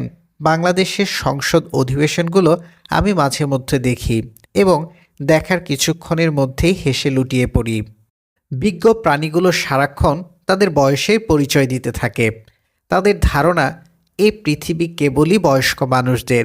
শিশুদের নিয়ে, তরুণদের নিয়ে, কিশোরদের নিয়ে কোনো আলোচনা তাদের কণ্ঠে শুনতে পাই না। তারা মরে গেলে সংসদটি কে চালাবে? মানসম্পন্ন আইন প্রণেতা তৈরির কোনো ব্যবস্থা দেশে আছে কি না, এইসব নিয়ে তাদের কোনো উদ্বেগ নেই। কান পাতলে শুধুই হুক্কা হুয়া শোনা যায়। এভাবে কোনো সমাজে শিশুদের মানসিক বিকাশ নিশ্চিত করা যায় না। আমেরিকান রাজা, শয়তান। বাংলাদেশে যে রাজনীতিক ও অর্থনৈতিক সংকট চলছে, তার মূল কারণ কী বলে মনে করেন? আমাদের রাজনীতিক কাঠামোতে কি কোনো গলদ আছে? জিব্রাইল, কোনো দেশের সরকারের ক্ষমতা যদি নিরঙ্কুশ হয়, সরকারকে বাধা দেওয়ার মতো শক্তিশালী প্রতিষ্ঠান যদি দেশটিতে না থাকে, তাহলে সেখানে রাজনীতিক ও অর্থনৈতিক বিপর্যয় অনিবার্য। ডেমোক্রেসিতে যে চেক অ্যান্ড ব্যালেন্স ও সেপারেশন অফ পাওয়ারের কথা আমরা বলি, সেটি কি বাংলাদেশে আছে? নেই। মন্টেস্কুর 3 পিলার কি এখানে খুঁজে পাওয়া যায় না। রাষ্ট্রের সব প্রতিষ্ঠান এখানে সরকারি। ফাংশনাল ডেমোক্রেসির পথে এটি একটি বড় বাধা। রাষ্ট্র সরকার এক জিনিস নয়। সরকার রাষ্ট্রের মালিকের চরিত্রে অভিনয় করতে পারে না। কিন্তু বাংলাদেশের রাষ্ট্রীয় কর্মচারীরা নিজেদেরকে সরকারি কর্মকর্তা বা কর্মচারী হিসেবে পরিচয় দিয়ে থাকে। এটি একটি মনস্তাত্ত্বিক সমস্যা। কারণ রাষ্ট্রের শ্রমিক যখন নিজেকে সরকারের শ্রমিক ভাবে, তখন তার মোরাল ডিগ্রেডেশন ঘটে। দুর্নীতি ও অপশাসনের প্রধান কারণ রাষ্ট্রীয় কর্মচারীদের এই মোরাল ডিগ্রেডেশন। রাষ্ট্রকে প্রভু না ভেবে তারা সরকারকে প্রভু ভাবে। চোখ বুঝে প্রভুর আদেশ নিষেধ পালন করে। রাষ্ট্র একটি লিগ্যাল এন্টিটি এবং এর অস্তিত্ব অবস্ট্রাক্ট। কিন্তু সরকার এরকম অবস্ট্রাক্ট এন্টিটি নয়। সরকার অনেকটা হিউম্যান এন্টিটি, বলা যায় কালেকটিভ হিউম্যান এন্টিটি, অর্থাৎ অর্গানাইজড অথরিটিয়ান, এবং নির্দিষ্ট ভৌগোলিক অঞ্চলে বাসিন্দাদের উপর বল প্রয়োগ করার ক্ষমতা রাখে। এই রকম বলশালী প্রতিষ্ঠান যদি নিরঙ্কুশভাবে বলচর্চা শুরু করে, তাহলে কি সমাজে বিপর্যয় ঘটবে না? রাজনৈতিক পরিবেশ নষ্ট হবে না? এজন্য সরকারের ক্ষমতা সীমিত ও সুনির্দিষ্ট করা অত্যন্ত জরুরি। সরকার যদি লোকালয়ে ঘুরে বেড়ানো বুনো ভাল্লুক হয়ে ওঠে, তাহলে বিপদের শেষ নেই। কথা হলো, সরকারকে নিবৃত্ত করবে কে? কার আছে এত ক্ষমতা? এই প্রশ্নের উত্তরে সংসদ ও বিচার বিভাগের প্রসঙ্গ চলে আসে। সরকার বাদে মন্টেস্কুর টেবিলে বাকি দুটি পিলার হলো সংসদ ও বিচার বিভাগ। সংসদ যদি স্বাধীন হয়, অর্থাৎ লেজিসলেচার যদি সরকারের সাথে আতাত না করে, একীভূত না হয়, সুবিধা না নেয়, সাংসদগণ যদি মন্ত্রীদের জবাবদিহিতা নিশ্চিত করতে পারে, সরকারের মর্জিমাফিক আইন পাশ ও সংশোধন যদি তারা না করে, কোষাগারের একটি পয়সাও যদি সংসদের অনুমতি ছাড়া ব্যবহার করতে না দেয়, প্রতিটি খরুচে প্রকল্পের বিপরীতে একটি করে সংসদীয় বিল পাশের রীতি যদি তৈরি হয়, পুলিশ ও অন্যান্য বাহিনীর কাজকর্মের জবাবদিহিতা যদি তারা নিশ্চিত করতে পারে, তাহলে সরকারের ক্ষমতা স্বয়ংক্রিয়ভাবে কমে আসবে। জনগণ তখন একটি শান্তশিষ্ট ভাল্লুক পাবে। আপনি যদি মার্কিন সংবিধানের দিকে তাকান, তাহলে দেখবেন ওখানে অ্যাপ্রোপ্রিয়েশন ক্লজ নামে একটি ক্লজ আছে। ক্লজটিতে সুস্পষ্ট ভাষায় বলা হয়েছে, সংসদের অনুমতি ব্যতীত রাষ্ট্রীয় কোষাগার থেকে একটি পয়সাও সরকার উত্তোলন করতে পারবে না। No money shall be drawn from the treasury but in consequences of appreciation made by law. আমরা যে মাঝে মধ্যে শুনতে পাই আমেরিকাতে সরকার শাটডাউন হয়ে গেছে, এর মূলে আছে এই অ্যাপ্রিসিয়েশন ক্লজ। সংসদ যখন কোনো কারণে সরকারের অর্থ উত্তোলনের অনুরোধ আটকে দেয়, তখন এটি ঘটে। কারণ সরকারের হাতে তখন কর্মচারীদের বেতন দেয়া বা সেবা চালু রাখার মতো অর্থ থাকে না। এই জন্য অর্থাভাবে অনেক সরকারি সেবা শাটডাউন হয়ে যায়। ফলে সরকারকে সংসদ কি চায় সেদিকে খেয়াল রাখতে হয়। কারণ সংসদ হলো জনগণের সরাসরি প্রতিনিধি। জনগণের প্রতিনিধিরা যেভাবে চাইবে, জনগণের টাকা সেভাবেই খরচ হবে। এটি অ্যাপ্রিসিয়েশন ক্লজ দ্বারা নিশ্চিত করা হয়েছে। প্রেসিডেন্ট চাইলেই যেনতেনভাবে জনগণের অর্থ খরচ করতে পারেন না। কেউ ইচ্ছেমতো প্রকল্প তৈরি করবে, খেয়াল খুশি মতো বিদেশ সফর করবে, আলোকসজ্জা করবে, এর সুযোগ আমেরিকায় নেই। কংগ্রেস ও সিনেট নিয়মিত বড় আমলা এবং মন্ত্রীদের তলব করে থাকে। উন্মুক্ত সেশনে তাদেরকে প্রশ্নবাণে জর্জরিত করা হয়। যে কোনো বড় কর্মকর্তা, মন্ত্রী ও বাহিনী প্রধানের বিরুদ্ধে তদন্ত, অনুসন্ধান ও মামলা দায়ের করার ক্ষমতা মার্কিন সিনেট ও কংগ্রেসের রয়েছে। এই প্র্যাকটিস যদি না থাকতো, তাহলে আমেরিকান ফেডারেল সরকারের মতো এত বিরাট একটি ভাল্লুক এমন শুভ থাকতো না। এই যে অ্যাকাউন্টেবিলিটি, জবাবদিহিতার চর্চা, এটি গণতন্ত্রের খুব গুরুত্বপূর্ণ অঙ্গ। এর কাজ অনেকটা কিডনি ও লিভারের মতো। গণতন্ত্রে এটি ছাঁকনির ভূমিকা পালন করে। বলা যায় এটি এক প্রকার পাওয়ার ফিল্টার। কেউ যেন তার উপর অর্পিত ক্ষমতার এক বিন্দু অপব্যবহার করতে না পারে, এটি এই পাওয়ার ফিল্টার দ্বারা নিশ্চিত করা হয়েছে। আপনি চাইলেই পছন্দের কোনো লোককে এফবিআই প্রধান, সিআইএ প্রধান বা সুপ্রিম কোর্টের বিচারপতি বানাতে পারবেন না। এই গুরুত্বপূর্ণ পদগুলোর জন্য মার্কিন কংগ্রেস ও সিনেটে কনফার্মেশন হিয়ারিংয়ের ব্যবস্থা আছে। এই হিয়ারিং পার হওয়া আর নৌকাযোগে সাগর পাড়ি দেয়া একই কথা। প্রেসিডেন্টের মনোনীত প্রার্থীকে ওখানে কাবাবের মতো পোড়ানো হয়, ভালো করে উল্টে পাল্টে ঝলসানো হয়, যেন তেন লোক যেন এইসব পদে না যেতে পারে, এজন্যই এ ব্যবস্থা। মন্ত্রীদেরকেও এ প্রক্রিয়ার ভেতর দিয়ে যেতে হয়। মন্ত্রিসভা পূরণ করতে একজন প্রেসিডেন্টের অনেক দিন লেগে যায়। ফিলিবাস্টারিং ওখানে নিয়মিত ঘটনা। মাননীয় সংসদ সদস্য নোয়াখালী ৫, আপনার সময় ৫ মিনিট, এ ধরনের মুরব্বিয়ানা আমেরিকায় নেই। কোনো বিষয়ে সাংসদগণ যদি মন খুলে কথাই বলতে না পারেন, তাহলে এত টাকা খরচ করে পার্লামেন্ট চালু রাখার অর্থ কী? আমেরিকার সংসদে একটানা 24.5 ঘন্টা বক্তৃতা দেওয়ার রেকর্ডও আছে। সিভিল রাইটস অ্যাক্ট 1957 যখন সিনেটে উত্থাপিত হয়, তখন সিনেটর স্টর্ম থার্মড টানা 24 ঘন্টা 18 মিনিট বক্তৃতা দিয়ে আইনটির বিরোধিতা করেছিলেন। বাংলাদেশে এমনটি কল্পনাও করা যায় না। আমাদের সংসদে যিনি স্পিকারের ভূমিকা পালন করেন, তার কাজই হলো সাংসদদের কথায় বাগড়া দেওয়া। কথা বলার কারণে কোনো সংসদ সদস্যের মাইক বন্ধ করে দেয়া হচ্ছে। এটি সভ্য গণতন্ত্রে আমি কল্পনাও করতে পারি না। অবশ্য গিনিপিগ কারিকুলাম থেকে এর চেয়ে ভালো মানের সংসদ আশা করা ঠিক নয়। গণতান্ত্রিক ইবলিশ, শয়তান। অর্থাৎ ভালো সরকার পেতে হলে রাষ্ট্রকে আগে ভালো মানের জনগণ তৈরি করতে হবে, এবং ভালো মানের জনগণ কেবল ভালো মানের শিক্ষা ব্যবস্থা থেকেই পাওয়া যেতে পারে। এই তো জিব্রাইল। হ্যাঁ, অনেকটা এরকমই। কোনো সমাজে সরকারের গুণগত মান ওই সমাজের বাসিন্দাদের গুণগত মানের সমানুপাতিক। সমাজের বাসিন্দাদের গুণাবলী যদি নিম্নমানের হয়, তাহলে সমাজের শাসকদের গুণাবলীও নিম্নমানের হবে। সমাজ যদি মূর্খ, গোয়ার, অসৎ ও সার্টিফিকেট সর্বস্ব মানুষ দিয়ে ঠাসা থাকে, তাহলে রাষ্ট্রের প্রতিষ্ঠানগুলোও এ ধরনের মানুষ দিয়েই ভরা থাকবে। জনগণ স্বৈরাচারী প্রকৃতির হলে সরকারও স্বৈরাচারী হবে। পরিবারের দুর্বল সদস্যদের উপর, অর্থাৎ নারী ও শিশুদের উপর জনগণের ক্ষমতা খাটানোর অভ্যাস যদি থাকে, তাহলে সেটির প্রতিফলন মন্ত্রিসভায় দেখা যাবে।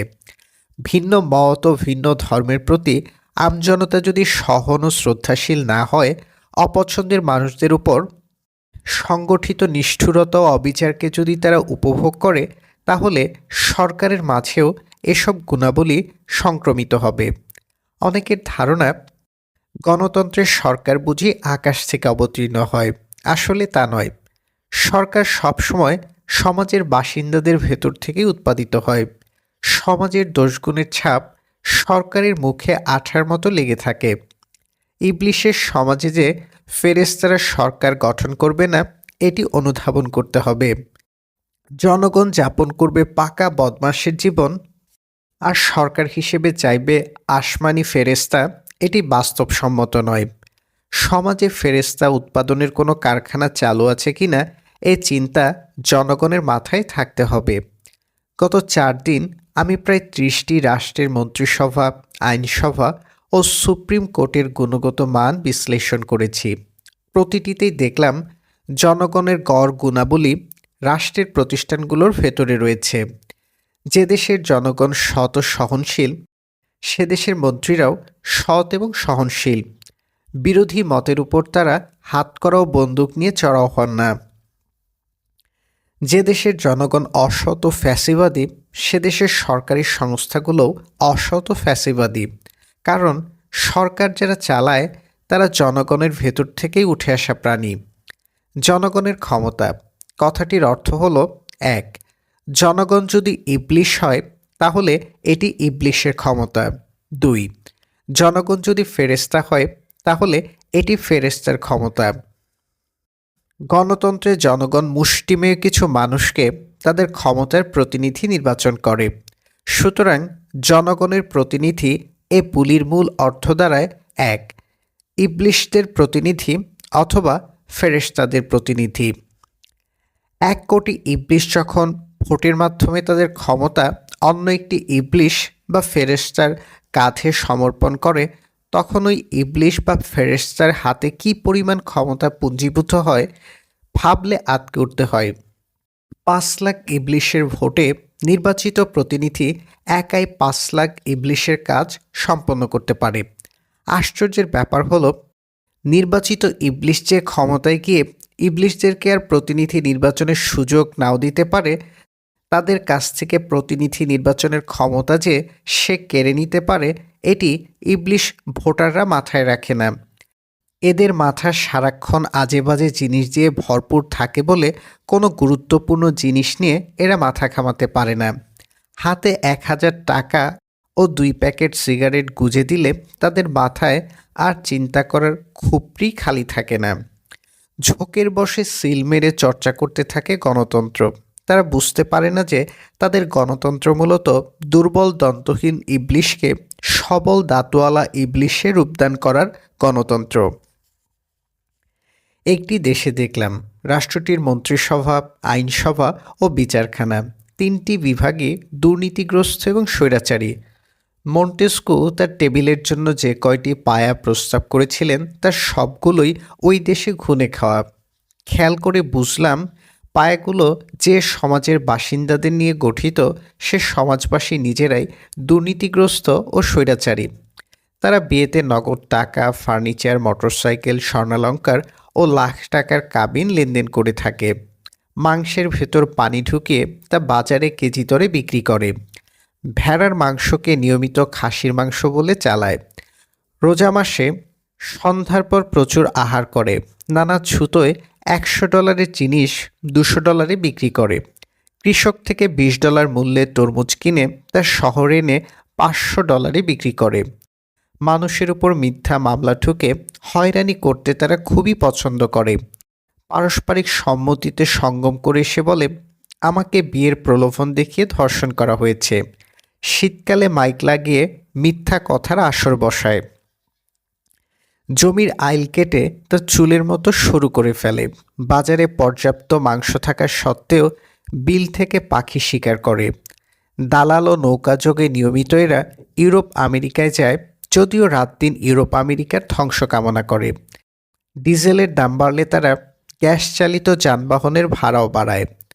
প্যাডেল চালকরা 20 টাকার ভাড়া 80 টাকা হাঁকে। শিক্ষার্থীরা শিক্ষাঙ্গনে গিয়ে দালালি করে রাজনীতিকদের, স্লোগান দেয় বহু নিকৃষ্ট মানুষের নামে। শিল্পপতিরা শ্রমিকদের বেতন দেয় হাঁস মুরগির আদারের সমান। কেউ কেউ এটিও ঠিকমতো দেন না। পলিথিন, বিস্কুটের মোড়ক, পানির বোতল এগুলো তারা চোখ বুজে রাস্তায় ফেলে। পরীক্ষার আগের রাতেই ডলার দিয়ে হাতিয়ে নেয় প্রশ্নপত্র। শিক্ষকরা পরীক্ষার খাতা মনোযোগ দিয়ে মূল্যায়ন করেন না।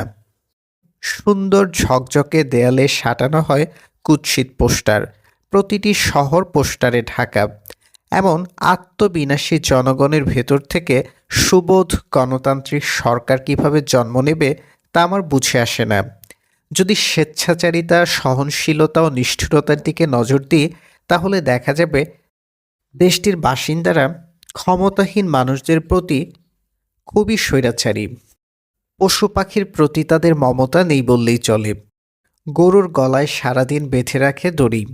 সামাজিক, সাংস্কৃতিক, ধর্মীয় এরকম নানা লাঠি নিয়ে তারা সর্বদা তক্ষে তক্ষে থাকে। কিভাবে হামলে পড়া যায় দুর্বলের উপর। ভিন্ন মতের কাউকে এরা সহ্য করতে পারে না। কোনো ঐশী দুর্যোগ এসে যেন ভিন্ন মতাবলম্বীদের জীবন তছনছ করে দেয়, এজন্য সর্বদা দোয়া করতে থাকে। ভিন্ন মতের কেউ মারা গেলে বা গ্রেপ্তার হলে বা অন্য কোনোভাবে বিপদে পড়লে তারা সেটিকে বেশ উদযাপন করে। প্রয়োজনে নিজেই ছুরি হাতে তাকে খুন করার উদ্যোগ নেয়। নিষ্ঠুরতার দিক দিয়েও তারা অতুলনীয়। গণপিটুনির সুযোগ পেলে এক মুহূর্তেই বীরশ্রেষ্ঠ হয়ে ওঠে। বাসা ভাড়া নিয়ে, খেলা নিয়ে, মসজিদের কমিটি নিয়ে এরকম হাজারো ছুতোয় তারা একে অন্যের মাথা ফাটিয়ে থাকে। কেউ কোনো মন্দিরে একটি আরবি বই রেখে এলে কেয়ামত বেঁধে যায়। জ্বালাও পোড়াওয়ে ভরে ওঠে চারপাশ। কেউ পরধর্মের দেবদেবতাকে গালি দিলে তারা খুব খুশি হয়, কিন্তু নিজ ধর্মের নামে কিছু শুনলে মারাত্মক আঁতকে ওঠে। ওরা ভাবে আমি যাকে অপছন্দ করি তার নামে সব কিছুই বলা যাবে, কিন্তু আমি যাকে পছন্দ করি তার নামে কিছুই বলা যাবে না। অপছন্দের মানুষদের নামে কোনো খারাপ কথা শুনলে এটিকে তারা চোখ বন্ধ করে বিশ্বাস করে। কোনো সত্যতা যাচাই করতে চায় না। অর্থাৎ যাকে দেখতে পারি না তার সবই খারাপ, আর যাকে দেখতে পারি তার সবই ভালো। জনগণের এইসব গুণাবলী সরকারের ভেতর সংক্রমিত না হওয়ার কোনো কারণ নেই। সমাজে মানুষের গড় আচরণ যেরকম থাকে সেরকম আচরণ নিয়ে বেড়ে উঠেই মানুষ সরকার পরিচালনা করে। এমপি, মন্ত্রী, বিচারপতি, অধ্যাপক, আমলা এরা সবাই সমাজের বাসিন্দা, আকাশের নয়। সমাজের সব অসুখ নিয়েই তারা বড় হয় এবং এই অসুখগুলোর সাথে করেই তারা সরকারি দপ্তরে ঢোকে। এমন রোগ বাহিনীর কাছে আমরা কি করে চিকিৎসকের সেবা আশা করি তা বোধগম্য হচ্ছে না। নির্বোধ নারিকেল, শয়তান। একটি লেখায় আপনি চিন্তার দারিদ্র্যের সাথে টাকার দারিদ্র্য ও ঈশ্বরের যোগসূত্র আলোচনা করেছিলেন। এই বিষয়টিতে একটু আলোকপাত করবেন কি?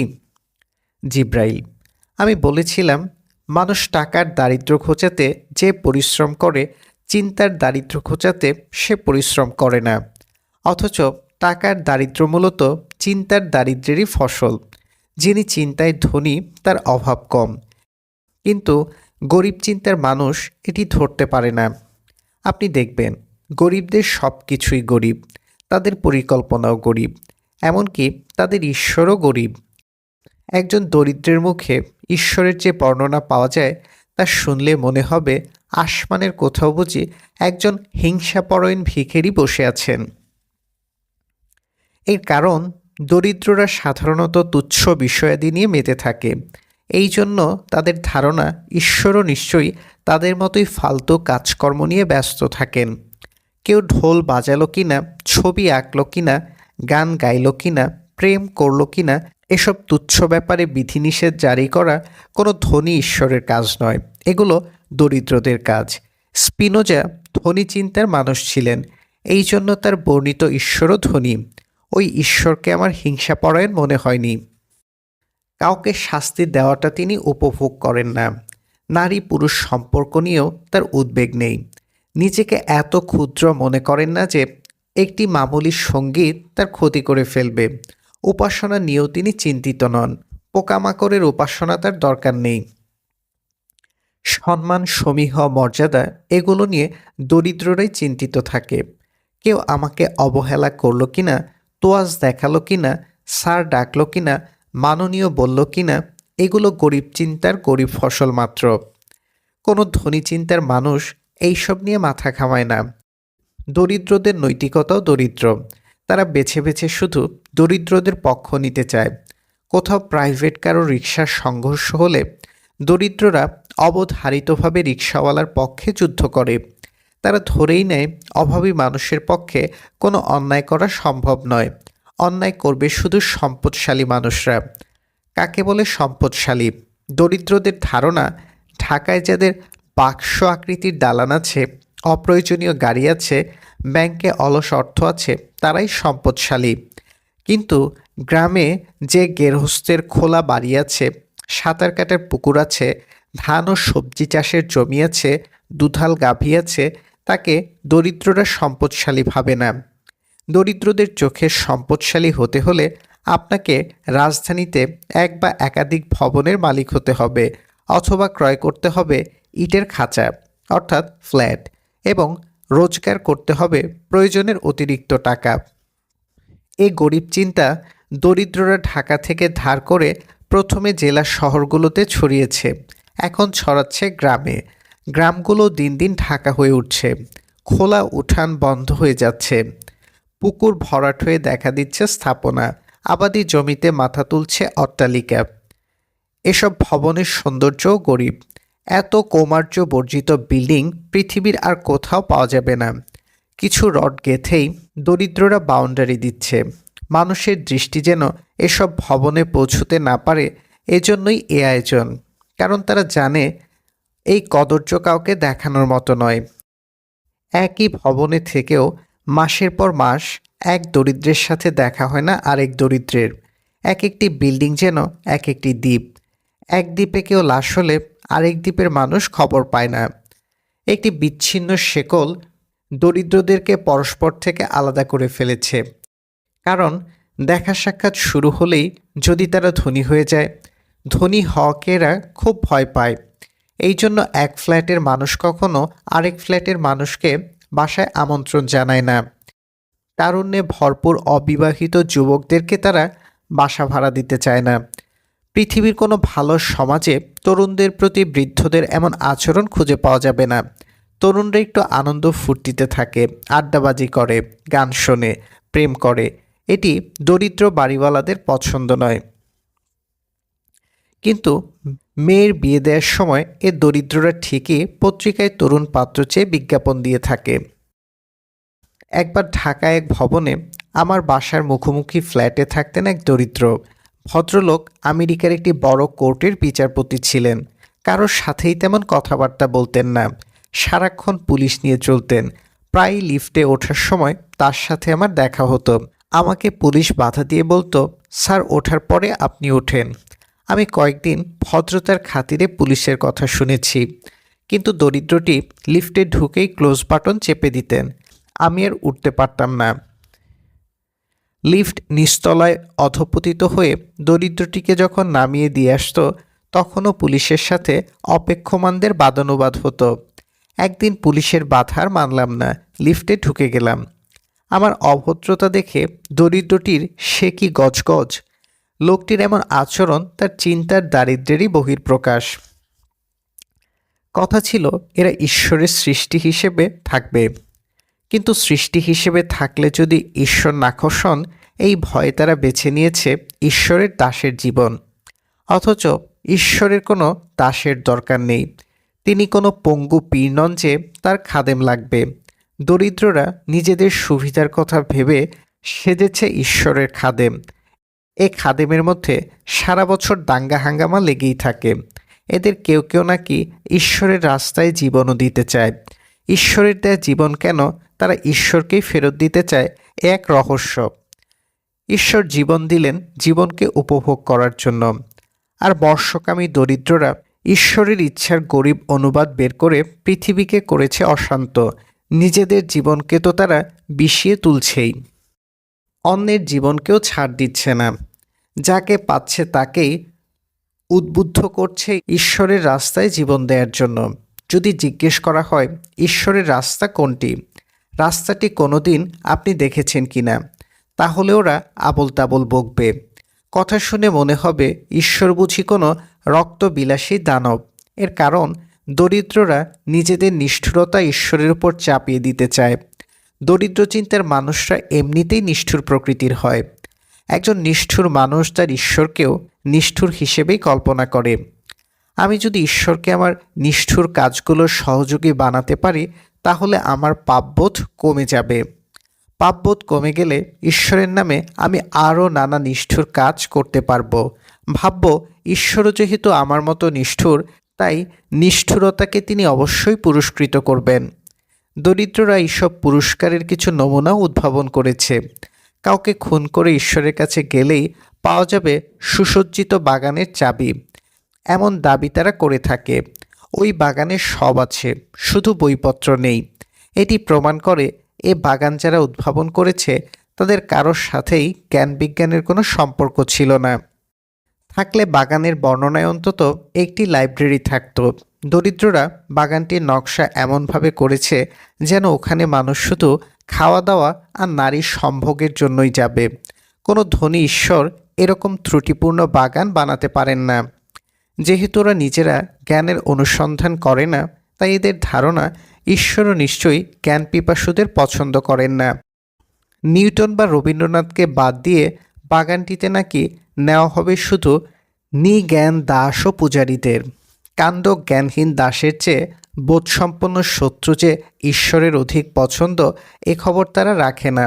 ভাবে আমরা যাকে ঘৃণা করি ঈশ্বরও তাকে ঘৃণা করেন।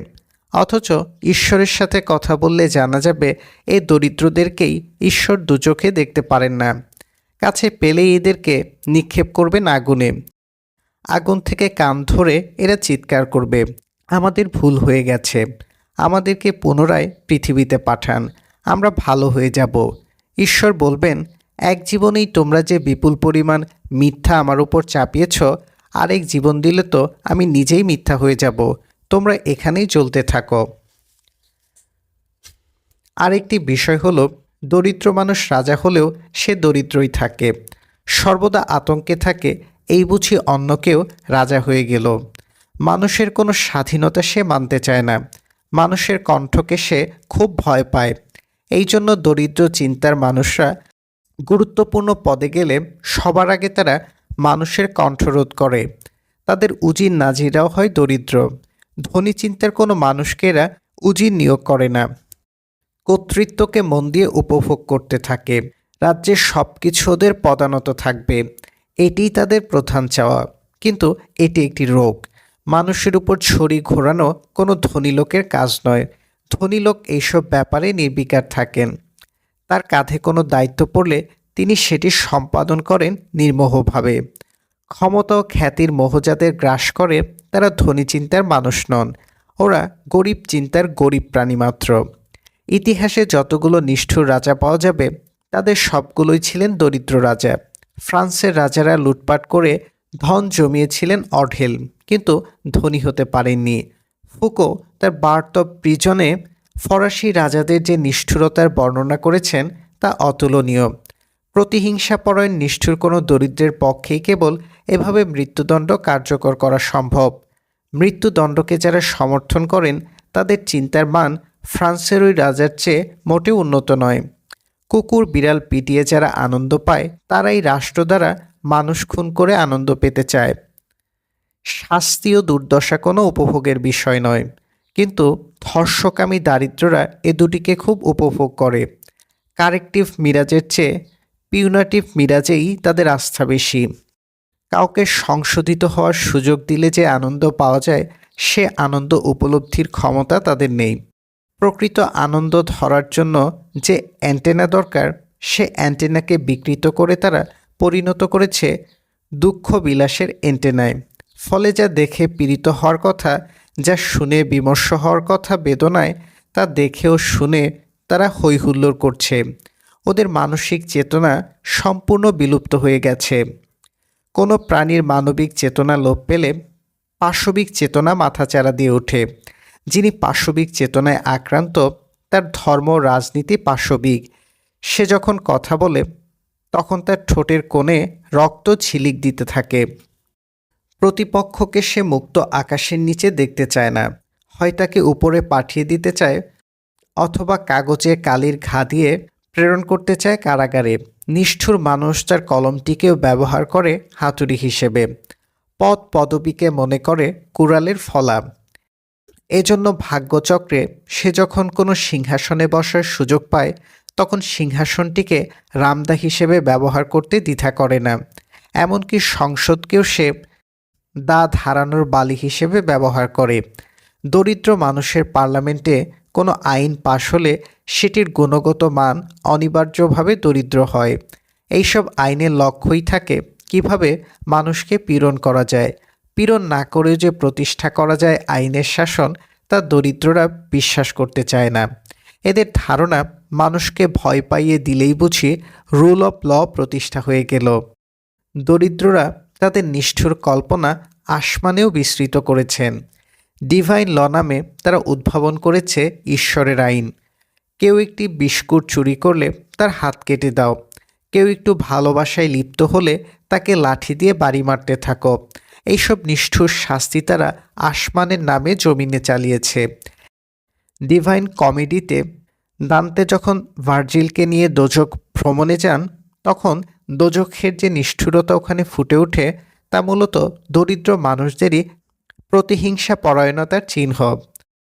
একজন পরশ্রীকাতর মানুষ তার প্রতিবেশীকে যে শাস্তি দিতে চায়, তার সবগুলোই দোজখে আছে। দোজখের যত ধারাভাষ্য আমি পড়েছি, তাতে মনে হয়েছে মানুষ তার ব্যক্তিগত ধর্ষকামিতা চরিতার্থ করতেই এ জিনিস ঈশ্বরকে দিয়ে বানিয়েছে। ঈশ্বর হয়তো জানেই না যে আসমানে এরকম একটি দোজখ আছে। মহাবিশ্বে এমন অনেক কিছুই আছে যার খবর ঈশ্বর না রাখলেও দরিদ্ররা রাখে।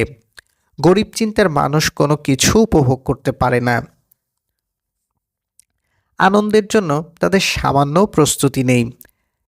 এরা সম্পদ সঞ্চয় করে দুঃসময়ের জন্য, সারাক্ষণ একটি ভয়ের ভেতর বাস করে। এই বুঝি রোগ এলো, বিপদ এলো, এ আতঙ্কে তারা সম্পদ ভোগ করতে পারে না, শুধু জমিয়ে রাখতে চায়। তাদের সকল পরিকল্পনা ভবিষ্যৎ নিয়ে, ভবিষ্যতে একদিন সুখ ভোগ করবে, এমন চিন্তা করে করে উপনীত হয় অসুখে। বর্তমানকে উপভোগ করার কোনো পরিকল্পনা তাদের নেই। হাসপাতালে যাওয়ার জন্য এরা জমি জমা বিক্রি করতে প্রস্তুত, কিন্তু কোথাও এক সপ্তাহ ছুটি কাটানোর জন্য এফডিআর ভাঙতেও প্রস্তুত নয়। ব্যাংককের বামরুনগ্রাদ হাসপাতালে এক দরিদ্রের সাথে আমার কথা হয়েছিল। দরিদ্রটি ঢাকায় 2টি ফ্ল্যাট বিক্রি করে ব্যাংককে চিকিৎসা নিচ্ছিলেন। আমি বললাম, ব্যাংককে এর আগে কখনো এসেছেন? তিনি বললেন, না, এই প্রথম। আমি বললাম, আপনার তো ঢাকায় আরও 5টি ফ্ল্যাট আছে। এবার সুস্থ হলে আরেকটি ফ্ল্যাট বিক্রি করে ক্রাবির দ্বীপগুলো ঘুরে আসবেন, কয়েক সপ্তাহ আনন্দ করবেন। ব্যাংকক থেকে 1 ঘন্টার ফ্লাইট, ভালো হোটেলে থাকবেন, সকালবেলা হালকা মনে নাস্তা করবেন।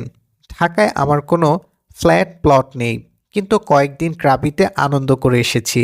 বেশি টাকা লাগে না, শুধু অসুখ হলেই ফ্ল্যাট বিক্রি করবেন, সুখের জন্য কিছুই করবেন না। এটি ভালো লক্ষণ নয়। আমার তো মনে হয় এই অপ্রয়োজনীয় ফ্ল্যাটগুলো করতে যে পরিশ্রম আপনি করেছেন, সে ধকলেই শরীরে রোগ বাসা বেঁধেছে। শরীরকে অবসর দেওয়ার কোনো প্রয়োজন বোধ করেননি। আরও সম্পত্তি, আরও সঞ্চয়, আরও সুনাম, আরও দক্ষতা, এই রোগগুলোর ব্যাপারে বাংলাদেশিরা একেবারেই উদাসীন। ঢাকার কোটিপতি বুড়োদের চেয়ে ইউরোপের কপদর্ক শূন্য তরুণদের জীবন অধিক সুখের, অধিক আনন্দের। দরিদ্রদের ধারণা, আনন্দ করলে বুঝি ঈশ্বর রুষ্ট হন, আজ আনন্দ করলে কাল তিনি বিপদ দেবেন, এমন বিশ্বাস সমাজে প্রচলিত আছে। মানুষ একটু আনন্দ ফুর্তি করুক, এটি নাকি ঈশ্বর সহ্য করবেন না। পৃথিবীর সকল প্রাণী আনন্দ করতে পারবে, শুধু মানুষ আনন্দ করতে পারবে না।